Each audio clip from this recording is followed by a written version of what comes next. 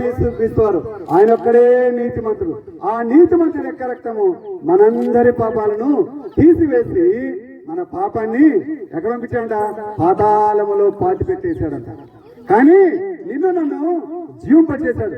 ఆయన పొందిన దెబ్బల చేత నీకు నాకు స్వస్థత, ఆయన కాచిన పరిశుద్ధ రక్తంలో నీ యొక్క నా యొక్క పాపములకు విమోచన విడుదల కలిగేసి, ఓ మరణమా నీ ముల్లెక్కడ, ఓ మరణమా నీ విజయం ఎక్కడని మరణానికే ఛాలెంజ్ ఇస్తున్నవాడు యేసు ప్రభువు. అందుకనేనా పరిశుద్ధుడు. ఆ దేవాది దేవుడు అక్కడే మన పాపాలను తీసివేయగలరు. ఇదే అనుకూల సమయం, ఇదే రక్షణ దినం. ఈ రోజు మనది కావచ్చు, రేపు మనది కాకుండా పోవచ్చు. ఆయన రాకడప్పుడు మన పోకడప్పుడు మనకు తెలియదు. కాబట్టి ఉన్న పాటన ఉన్న చోటన యేసు ప్రభువా నేను పాపినైనా నా పాపను క్షమించయ్యా, నీ బిడ్డగా చేసుకుంటే ఇప్పుడే ఇక్కడే నీ బొందులో ప్రాణం ఉండగానే అమ్మలారా అక్కలారా రేపు అనేది మనసులే. రేపుకు రూపు లేదు, నేటికి నిడకడ లేదు. ఈ పొద్దున రేపున్నాడు, ఇదిగో ఉంటాడు, వెళ్ళిపోతాడు. అందుకని క్షణికమైన బ్రతుకు పైన తపన ఎందుకు, నాది నాది నాదనే వాదనెందుకు, వేదనెందుకు, ఏది నీది కాదురా ఈ లోకమందునా, నీ బ్రతుకు ఏ మగునో నీకు తెలియనా, ఏది నీది కాదురా ఈ లోకమందునా, నీ బ్రతుకు ఏ మగునో నీకు తెలియనా, నీకు తెలియనా, నీకు తెలియనా. అక్కలారా నీ బ్రతికి వైద్యం తెలుసా? నా బ్రతికి వైద్యం తెలుసు లేదు. అందుకని కోడి కింద మేస్తూ ఉంటే పైన గద్ద ఏం చేస్తుంటదంట? ఎదులాడుతూ ఉంటుందంట.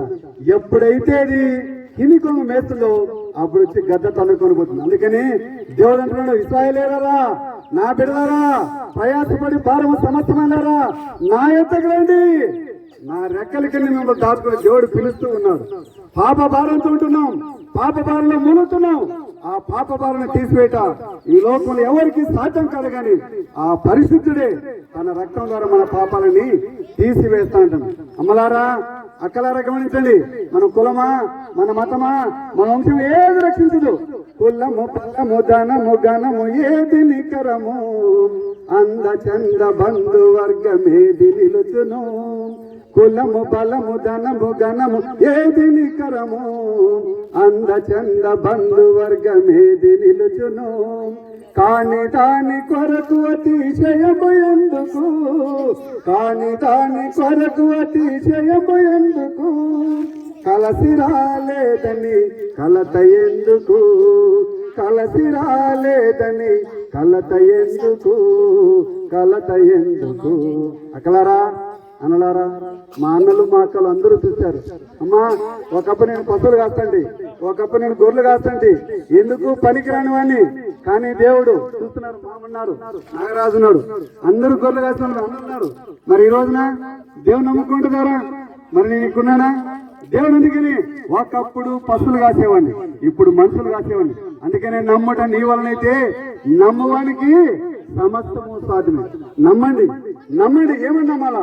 యేసు ప్రభువా నేను పాపినైనా నా పాపలు క్షమించని అడిగితే నమ్ముట నీ వలనైతే నమ్మువానికి సమస్తము సాధ్యమే. అక్కలారా అనలారా ఇదే అనుకూల స్థలం, ఇదే రక్షణ దినం. ఇప్పుడే మనం ప్రభువా నేను పాపినైనా నా పాపను క్షమించంటే ఇంకేం చేయదు.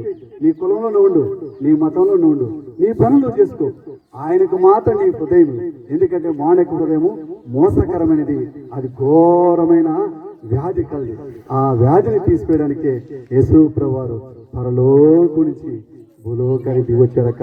అందుకని అన్నలంతా కూడా అంత దూరం నుంచి ఎందుకు వచ్చారు తెలుసా? ఈ వర్తమానం చెప్పడానికి. ఎందుకంటే దేవుడు చెప్పినాడు, మీరు వెళ్ళండి, సర్వలోకానికి వెళ్ళండి, సర్వ సృష్టికి నా సువార్తను ప్రకటించండి, నమ్మి రక్షణ పొందిన వాడు పరలోకం చేర్చబడును, నమ్మని వానికి తీర్పు అంటాడు. అమ్మలారా అన్న అంటారు, అన్నా నువ్వు మా ఊర్లో పుట్టావు కదన్నా, నువ్వు ఇన్నిసార్లు వచ్చావు కదన్నా, చెప్పినావు కదన్నా, చాలా తోటి చెప్తున్నా. నేను ప్రతి సంవత్సరం మీ కోసం వస్తాను, మా ఊరి కోసం వస్తాను, మా అన్నల కోసం వస్తాను. ఎందుకంటే దేవుని చేసిన ఏ ఒక్కడు నశించకూడదు, నరకలోకానికి వెళ్ళకూడదు, అందరూ అంతటా మారు మనసు పొంది పరలోకం చేరాలని దేవుడు దినమెల్లా తన చేతులను చాపే ఉన్నాడమ్మా. అక్క బిడ్డ తల్లి బిడ్డ ఆడుతూ ఉంటే పోతూ ఉంటే నాయన ఎత్తుకుని ముత్తాడుతుంది. దేవుడు కూడా నా బిడ్డ దారి తప్పి వెళ్ళిపోతున్నాని దినమల్లా చేతులు చాచే ఉన్నాడు. లోపల చాలా వైపు దినమల్లా తన చేతుల్లో చాచే ఉన్నాడు. అక్కలారా ఆయన చేతుల్లోకి వస్తావా? ఆయన ఒడిలోకి వస్తావా?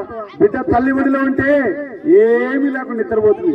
అలాగనే నీవు ఏసై చేతులకి ఎందుకు వస్తే ఏ తెగులు నీ గుడారం సమీపించదు, ఏ సాతాను బంధకాలు నిన్ను బంధించు. ఏసై చేతులుంటే నిలువెల్లా సంతోషమే, నీ హృదయంలో నెమ్మది, ఆనందము.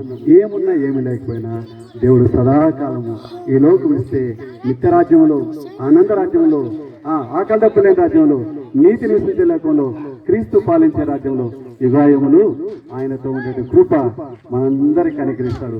అలాంటి కృప మనందరికి దయచేయను గాక. దయచేసి ఉన్న చోట, మీరున్న చోట కళ్ళు మూసుకోండి, కళ్ళ మూసుకోండి. ప్రార్థన చేస్తాను. మా స్థుతులకు పాత్రుడా, మా రక్షణ కానుభూతి మా ప్రియ పరలోకపు తండ్రి, వందనాలు స్తోత్రాలైనా ఈ సాయంకాల సమయంలో దేవా మీ దాసులు ధర్మాల నుంచి అన్నగారిని అక్కలను అందరినీ పిలిపించారు. దేవా మీ విడుదలంతా మీ సత్యస్వార్తను ప్రకటించాలని ఎంతో ప్రయాసతో భారంతో దూర ప్రాంతం నుంచి వచ్చారు తండ్రి. మీ విడుదలంతా ప్రభు నుండి మీ ప్రయాస వ్యర్థము కాదని, కథల వారిని స్త్రీలను ప్రభు కార్యాభివృద్ధి ఎందు ఆసక్తి కలిగిన చెప్పిన వాక్య మేరకు మీ బిడ్డలు వచ్చారు తండ్రి. వచ్చిన బిడ్డలందరినీ మీరు దీవించండి, మీ భక్తులందరినీ దీవించండి. దేవా మీకు రావాల్సిన బిడ్డలు రావాల్సిన మా తండ్రి ప్రతిఫలాన్ని మీరు దయచేసి వందనాలు. మా అక్కలు, మా అన్నలు, మా గ్రామాలు, ఏలుకుంట గ్రామంలో తండ్రి ఇతమైన వాక్యాన్ని నీరుగట్టి ఫలింపు చేయండి తండ్రి. వాళ్ళ హృదయంలో తండ్రి నూతన మనసు దయచేసి, మారు మనసు దయచేసి, పవిత్ర హృదయం కలగజేసి తమ హృదయాన్ని మిమ్మల్ని ఆహ్వానించిన ద్వారా తద్వారా పరలోక రాజ్యం వాసన భాగ్యాన్ని దయచేయమని, ముందుకు సాగి వెళ్తుండడం మాట్లాడమని, ఉంటుండే గ్రామస్తుడమని, అన్నిటి ద్వారా మహిమ ఘనత ప్రభావాలు మీకు ఆరోపిస్తూ యేసయ్య నామములో ప్రార్థన చేసి అడిగి పొందుతున్నాం తండ్రి. ఆమేన్, ఆమేన్. అట్లాగే వినండి.